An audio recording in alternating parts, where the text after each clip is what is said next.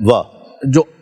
عام روٹین کا پانی ہے اس کو ہم کچھ دیر کے لیے باٹل میں بند کر کے رکھ دیں تو وہ پینے کے قابل نہیں رہتا، جی ہاں، لیکن آب زمزم کی یہ خاصیت ہے واہ واہ اس لیے کہ یہ پیغمبر اسلام کے قدموں کا فیض ہے، اور دنیا حیران ہے اس پر بے شک کہ یہ کیا ہے، یہ ایسی کیا اس کو نسبت حاصل ہے کہ دنیا حیران ہے کہ دنیا بھر میں ایسا پانی کہیں نہیں ہے۔ دیکھیں جی، ہر کوئی اپنی مشیت سے کنویں کھدواتا ہے یا ٹیوب ویل لگواتا ہے تو پانی نکل آتا ہے، لیکن یہاں تو مشیت الہی ہے، مشیت الہی ہے اور قدمین پیغمبر ہیں، ہاں، اور پھر توکل والے لوگ جس طرح کہ ابھی صابرین کا ذکر کیا گیا، تو جب صابرین کا ذکر آ جاتا ہے تو فرمایا گیا ان اللہ مع الصابرین۔ حضرت ابراہیم علیہ السلام کا فیض بھی موجود ہے اور جناب حضرت حاجرہ سلام اللہ علیہ کا فیض بھی موجود ہے، واہ واہ واہ، اور حضرت اسماعیل علیہ السلام کے قدمین سے اس پانی کا نکلنا یہ ایک معجزہ ہے، بہت خوب۔ خداوندی ہے۔ جس طرف قبلہ پیر صاحب اشارہ فرما رہے ہیں، ہزاروں سال اور غیر مسلم بھی اس پر بہت حیرت میں ہیں کہ کس طرح سے آب زمزم اور اتنے سالوں سے، اور پھر سب سے اہم چیز مفتی صاحب اس پر ضرور رہنمائی فرمائیے کہ جہاں جس جگہ چشمہ پھوٹا ہے وہاں تو کچھ بھی نہیں ہے، ریت ہے، نخلستان ہے، کچھ بھی کسی کا نام، اور نکلنا ہی ممکن نہیں ہے۔ جی بالکل، آپ درست فرما رہے ہیں۔ زمزم اللہ تبارک و تعالیٰ کی نشانیوں میں سے ایک بہت بڑی نشانی ہے، اور زمزم نے بہت سارے ہمارے مسائل حل کیے ہیں۔ سب سے بنیادی چیز جس میں زمزم نے ہماری ہدایت کی ہے وہ ہے کہ جب حضرت اسماعیل علیہ السلام نے ایڑی رگڑی ہے، حضرت جبرائیل علیہ السلام نے وہاں پر پر مارا ہے اور وہاں سے اس جگہ سے پانی نکلا ہے جہاں پر امید ہی نہیں تھی، یقین ہی نہیں تھا، تو یہ چیز ہی ہمیں واضح کرتی ہے کہ اللہ رب العالمین اپنے بندوں کے ذریعے وہاں سے زندگی کو پیدا کر دیتا ہے جہاں پر امکان ہی نہیں ہوتا ہے۔ واہ واہ واہ، کہ اللہ رب العالمین نے اپنے بندوں کے قدموں میں یہ فیض رکھا ہے، تو ان کی زبان میں کتنی برکت رکھی ہوگی، اور ان کے فہم میں کتنی برکت رکھی ہوگی، اور ان کے ہاتھوں میں کتنی برکت رکھی ہوگی۔ اور واقعی یہ حیرت کدا ہے زمزم کا معاملہ، یعنی 5000 سال کا عرصہ گزر چکا ہے، اور حالانکہ جو ایک چشمہ یا کنواں ہوتا ہے اس کی عمر 70 سال یا 1 صدی تک محیط ہوتی ہے، بہت مشکل اس کے بعد اس میں پانی جاری رہتا ہے، جبکہ یہ پانی ویسے ہی منو ان جاری و ساری ہے۔ اور آپ قبلہ حیران ہوں گے، اس کے اندر جو پانی کی سمتیں ہیں وہ حجر اسود کی طرف سے پانی آتا ہے، اچھا، جبل ابی قبیس کی طرف سے پانی آتا ہے، جہاں پر حضور فخر عالم علیہ السلام دار ارقم میں بیٹھ کے ہدایت کا جو ہے وہ چشمہ جاری کیا تھا، ادھر سے آج بھی زمزم کا پانی اس کے اندر آتا ہے، اور پھر اس کے اندر کوئی تغیر نہیں ہے، کوئی تبدل نہیں ہے، کوئی جراثیم نہیں ہے۔ اچھا یہ بھی کہا جاتا ہے کہ اگر وہ زمزم کی آواز نہ لگاتی جی تو پوری دنیا میں پانی پانی ہو جاتا ہے، یہ بات ٹھیک ہے؟ یہ حضور فخر عالم جانے کائنات صلی اللہ علیہ وآلہ وسلم نے ارشاد فرمایا کہ ہماری جدہ اعلیٰ کے اوپر اللہ تعالیٰ رحمت نازل فرمائے، اگر وہ کچھ دیر تک زمزم نہ فرماتی تو یہاں زمزم کا دریا جاری ہو جاتا۔ اللہ، حضور علیہ السلام پوری دنیا میں پانی ہوتا۔ ہاں، تو اب چونکہ یہ کہنا بھی، اس میں بھی ایک حکمت تھی، زمزم کہنے میں بھی ایک حکمت تھی کہ زمزم جو ہے وہ پانی ہے، اور پانی میں جان تو نہیں ہوتی، پانی کے کان تو نہیں ہوتے، پانی میں شعور تو نہیں ہوتا، اور یہ پانی کو کہہ رہی ہیں کہ تھم جا، یہ بھی رک جا، ٹھہر جا، تو اللہ تعالیٰ یہاں پر دکھا رہا ہے میرا بندہ اس سے کلام کرے جس کو کان بھی حاصل نہیں ہے، تو اس کا کلام وہاں بھی اثر انداز ہوتا ہے، تو باقی دنیا پہ ان کا کلام کیوں نہیں اثر انداز ہوگا؟ یقین۔ اچھا، جس طرح پیر صاحب نے بھی اشارہ فرمایا، آخری بات اس حوالے سے میں پوچھ لوں، جس طرح پیر صاحب قبلہ نے فرمایا کہ جی اسے پیاس کے لیے پئیں تو پیاس دور ہو، بھوک کے لیے پئیں تو بھوک دور ہو، مرض کے لیے پئیں، میں نے یہ بھی سنا کہ کسی خواہش اور تمنا کے لیے اسے پیا جائے جی تو وہ تمنا بھی پوری ہو۔ بالکل، یہ حدیث مبارک ہے کہ زمزم کا پانی جس مقصد کے لیے جائے وہ بھی پورا ہوتا ہے، ہر وہ مقصد، کوئی دنیاوی تمنا اور آخرت کی تمنا بھی۔ حضرت عبداللہ ابن عباس جب زمزم پیتے تھے تو وہ کہتے تھے اللہ تیرے نبی نے کہا ہے زمزم جس مقصد کے لیے پیا جائے وہ مقصد پورا ہوتا ہے، تو میں اس لیے پی رہا ہوں کہ معاشر کو مجھے پیاس نہ لگے۔ واہ۔ اچھا مطلب اگر پانی زمزم پیا ہے اور یہ خواہش کر کے کہ دنیا بھی مجھے مل جائے تو دنیا کا بھی مقصد پورا وہ ہوگا؟ ضرور پورا ہوگا. اللہ رب العالمین کے خزانے تو بہت وسیع ہیں. جہاں پر آخرت کا مقصد پورا ہو رہا ہے تو دنیا تو آخرت کے مقابلے میں حضور فرماتے ہیں ایسے ہیں کہ تم نے اپنی انگلی سمندر میں ڈالی باہر نکالی تو جو تری لگی انگلی کو وہ دنیا ہے، باقی سارا سمندر آخرت ہے. واہ واہ واہ، جب وہ کیا آخرت کہہ دے رہا ہے تو دنیا کیوں نہیں دے گا؟ پیر صاحب، صفا مروہ کے حوالے سے جس طرح ہم بات کر رہے تھے، آپ بھی فرما رہے تھے، پھر بیچ میں کچھ خرافات بھی آ گئی. جب یہ جو دور آتا ہے اور اس میں ایک بہت طویل زمانہ ہے کہ جس میں صحیح تو ہوتی تھی لیکن اس میں خرافات بہت زیادہ آ گئی، وہ کیا ہے؟ جی دیکھیں تسلیم صاحب، جزیرۃ العرب کے اندر بت پرستی، مشرکانہ رویے، روش عام تھی. تاریخ یہ بتاتی ہے کہ جب سرکار دو عالم صلی اللہ علیہ وآلہ وسلم نے صفا پر کھڑے ہو کر لوگوں سے فرمایا لوگو لا الہ الا اللہ پڑھ لو کامیاب ہو جاؤ گے، تو اس وقت یہاں بت تھے، یعنی یہاں انہوں نے بت کھڑے کیے ہوئے تھے مختلف قسم کے، اور ان بتوں سے وہ اپنی حاجات کو پورا کروانے کی امید رکھتے تھے. اللہ، کیونکہ حضرت ابراہیم علیہ السلام سے یہودی، عیسائی، مسلمان تمام جو ہیں وہ ان سے جو ہے وہ تعلق رکھتے ہیں. تو عیسائی اور یہودی بھی صفا مروہ کے اس دور کے جو کفار ہیں، مشرکین ہیں، صفا مروہ کے وہ چکر تو لگاتے ہیں، صحیح تو کرتے ہیں، لیکن اس وقت بت انہوں نے رکھے ہیں وہاں، چونکہ بتوں کا دور ہے. آپ یہ اندازہ کریں کہ اگر بیت اللہ شریف کے اندر کتنے بت ہیں، اور اس وقت جو اس کے گرد و نواح کی جگہ ہیں وہاں بتوں کی کیا کیفیت ہوگی. تو صفا اور مروہ پر بھی لوگوں نے بت رکھے ہیں جو عبادت کی جا ہے، جو اللہ کی نشانی ہے. پھر سرکار دو عالم صلی اللہ علیہ وسلم نے جب اس جگہ کو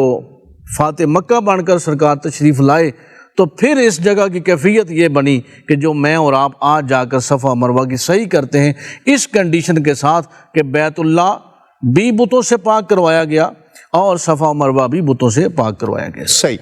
اصاف اور نائلہ دو بت تھے جو صفا پر بھی اور مروہ پر بھی رکھے گئے تھے. لیکن حیرت کی بات ہے ناظرین کرام، وقفے سے جب لوٹیں گے تو یہ بہت اہم چیز ہے کہ اللہ رب العزت نے کس طرح گوارا فرمایا وہ ادائیں جو ساری زندگی اور پھر رہتی دنیا تک قیامت تک دہرائی جاتی رہیں. یہ اللہ رب العزت چاہتا ہے، پسند کرتا ہے. لیکن کعبۃ اللہ میں بت، صفا مروہ پر بت، یہ تمام اللہ رب العزت نے کس طرح گوارا فرمایا ہے اور اس میں حکمت کیا رہی ہے، ایک مختصر سے وقفے کے بعد. ناظرین کرام خوش آمدید، آپ پروگرام دیکھ رہے ہیں دعوت ابراہیمی، اور وقفے سے پہلے میں جس طرح ذکر کر رہا تھا کہ یہ وہ ادائیں ہیں جو اللہ رب العزت کو بہت پسند ہیں، اللہ رب العزت کی بارگاہ میں پسندیدہ ہیں، اس لیے تو قیامت تک ہوتی رہیں گی. اور اللہ رب العزت یہ چاہتا ہے کہ میرے بندے وہاں پر آتے رہیں، طواف اسی طرح سے کریں، مقام ابراہیم کو مصلی بنا لیں، زمزم پئیں، صفا اور مروہ کی صحیح کریں. یہ وہ مقدس اور اللہ کے محبوب مقامات ہیں. یہاں پر اللہ رب العزت نے کس طرح گوارا کیا کہ یہاں پر بت رکھ دیے جائیں اللہ کے گھر میں، جسے اللہ رب العزت خود فرماتا ہے کہ یہ میرا پہلا گھر ہے، وہاں پر بت رکھ دیے جائیں. مفتی صاحب کیسے گوارا کیا؟ دیکھیں حضور فخر عالم جان کائنات صلی اللہ علیہ وآلہ وسلم چونکہ آخری نبی ہیں، آخر میں آپ نے تشریف لانا ہے. ایک انسان کی عقل میں اٹھنے والا بہت بڑا سوال، اس کا جواب اللہ رب العالمین نے اس میں دے دیا کہ کچھ عرصہ زمانہ فترت کا رکھا، اس میں کوئی نبی زمین پر تشریف نہیں لائے ہیں، اور پھر حضور علیہ الصلوۃ والسلام تشریف لائے ہیں. اس پورے سلسلے کے بعد جو کچھ انسانوں نے کیا ہے وہ اس سوال کا جواب ہے. اگر کسی کے دماغ میں یہ سوال اٹھتا کہ نبیوں کا آنا ہی کیوں ضروری تھا، نبی کیوں بھیجے گئے ہیں، کیوں مبعوث کیے گئے ہیں، تو یہ بتا دیا گیا اگر نبی نہ آتے تو سب سے بہترین جگہ وہاں پر دیکھو لوگوں نے کیا حالت کر دی اور وہ شر کس طریقے سے پھیل گیا.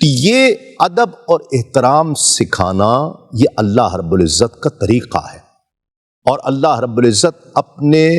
بندوں کو قیامت تک یہ ان اداؤں کو اپنا لینے کا حکم اس لیے دے رہا ہے کہ ان نسبتوں کا ادب سیکھو،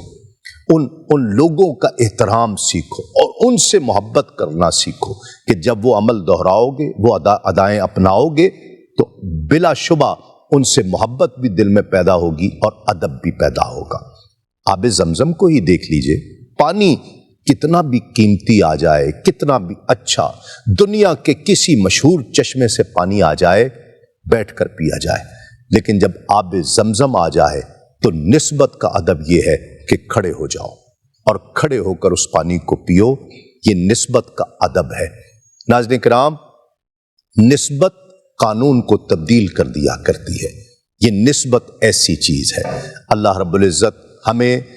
نبیوں کے ساتھ ان کا احترام، ان پر ایمان اور ان کی انتہائی محبت عطا فرمائے، اور پھر بزرگوں کا ادب اور احترام عطا فرمائے۔ کل انشاءاللہ آپ سے ایک مرتبہ پھر اسی موضوع کے ساتھ ایک نئے عنوان کے ساتھ ملاقات ہوگی۔ تسلیم احمد صابری کو اجازت دیجیے۔ السلام علیکم۔ تسلیمات۔ نصیب پر ہے وہ آج نازاں جنہیں شرف حج کا مل رہا ہے، نصیب پر ہے وہ آج نازاں جنہیں شرف حج کا مل رہا ہے، مینا کی جانب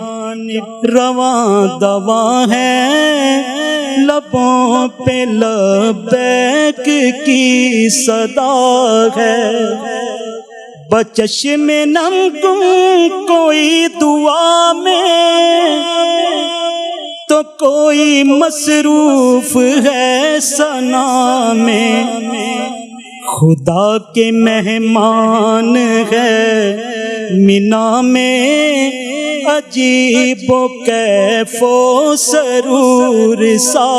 ہے، قبول کیوں نہ ہو اب دعائیں،